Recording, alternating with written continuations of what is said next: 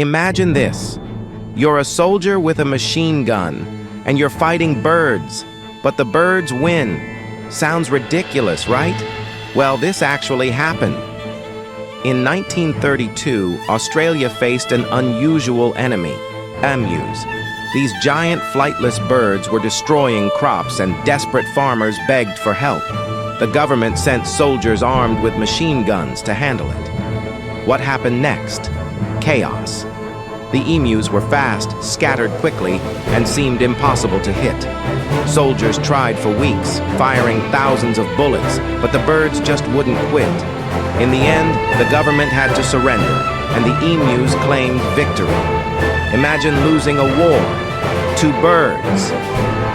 Would you have guessed humans could lose to emus?